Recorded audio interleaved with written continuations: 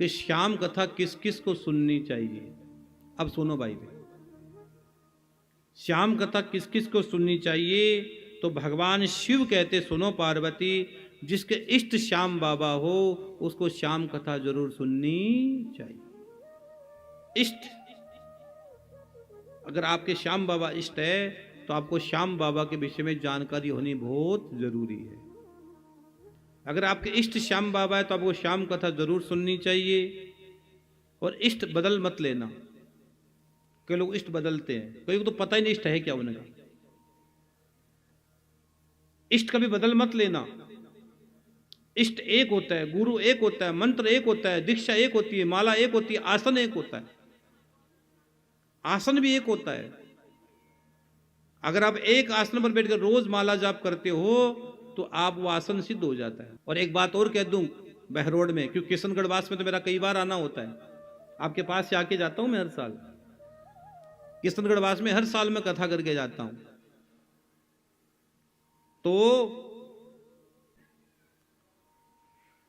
तो जिसके इष्ट श्याम बाबा उसको श्याम कथा जरूर सुननी चाहिए। और यह कथा में लिखा गया है जिसके कुल देवता श्याम बाबा हो।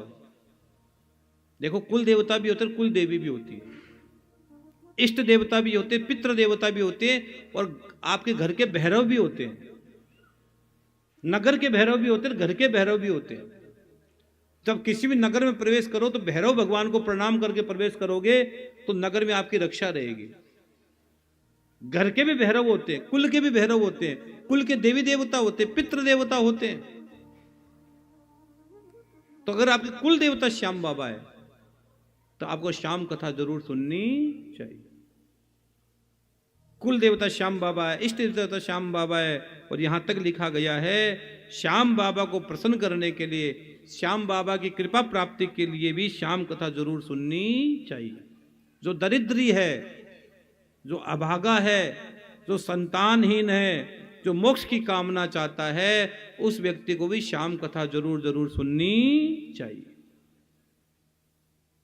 जिसके बच्चे ना हो, जिसके बच्चे होते ही मर जाते हो, उस स्त्री को भी यत्न पूर्वक श्याम बाबा की कथा जरूर जरूर सुननी चाहिए।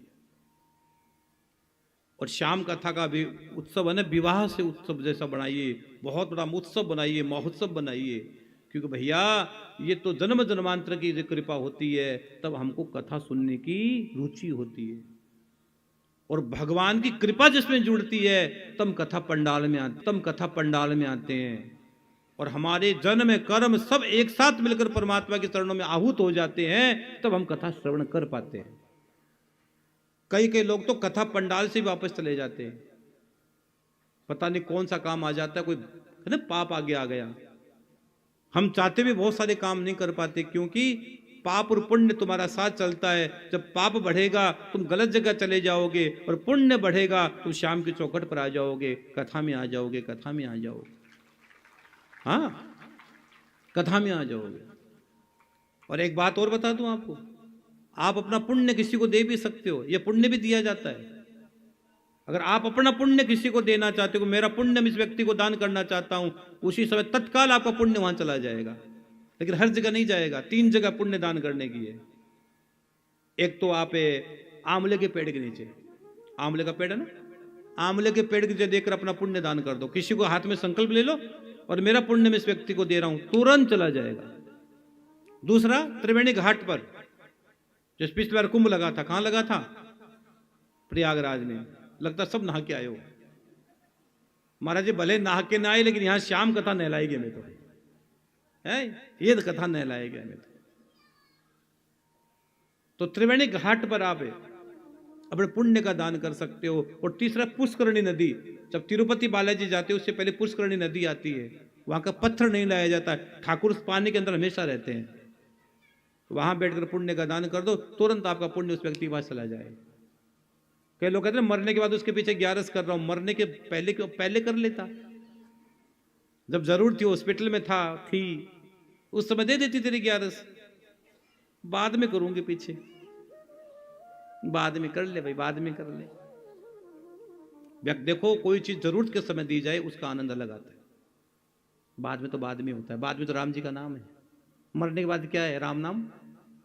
वही है, जीते जी तुम करोगे नहीं, मरने के बाद जीते जी करो जो करना है, वर्तमान अवस्था में जीवो, बाद में कुछ नहीं होता है। और एक बात और कह दूं मेरे बहन भाई, आज तुम्हें पता नहीं लग रहा, आज तो लग रहा है कि समिति ने कथा करवाई, मनुश्री जी महाराज आए, कथा करके चले गए, आज तुम इस कथा का पुण्य नहीं लगेगा, लेकिन जब तुम वहां जाओगे तो आपको ऊपर ही ऊपर कथा मिलेगी कि तूने खाटू श्याम कथा सुनी थी। मैं सच कह रहा हूं। अब आपको यकीन कैसे होगा महाराज जी, हम कैसे यकीन कर ले? तो आपको छोटी सी बात पर यकीन भी कराऊं। सुदामा जी गए कृष्ण से मिलने, गए कि नहीं गए? आप तो सब जानते हो, महाराज जी गए थे। अब गए थे तो भगवान कृष्ण ने सुदामा के यहां से कितने मुट्ठी चने चावल खाए? 2 मुट्ठी, तीसरे मुट्ठी तो खा तो लेते वो तो। रुक्मणी जी ने कहा हमें सुदामा बनाने का विचार, वो धर्मपत्नी, वो जानती है, हाथ पकड़ लिया, 2 मुट्ठी खाए भगवान के, ठाकुर जी ने खा लिए 2 मुट्ठी। क्या उस समय सुदामा को पता लगा? सुदामा कृष्ण के पास बहुत दिन रहे, लेकिन सुदामा जब विदा होने लगे तो भगवान उन्हें उन्हीं वस्त्रों में विदा किया है जो पहन के आया था, कि रुक्मणी जा वो वस्त्र लेके आ। सुदामा ने सोचा यार इतना खिलाया पिलाया हट्टा-कट्टा कर दिया, और जाते समय उन्हीं कपड़ों में। तो सुदामा ने सोचा नटखट है, कुछ बोल रहा होगा, चलो कोई बात नहीं। जाते समय सुदामा ने फिर कहा तुम्हारी भाभी को कुछ कहना है तो कह देना राम राम। ले कुछ ही नहीं, मामला तो इधर। सुदामा वहां से चले गए, और जाते समय भगवान कृष्ण ने उन्हें फिर कह दिया सुदामा असली धन तो राम है। असली धन कौन सा है? राम।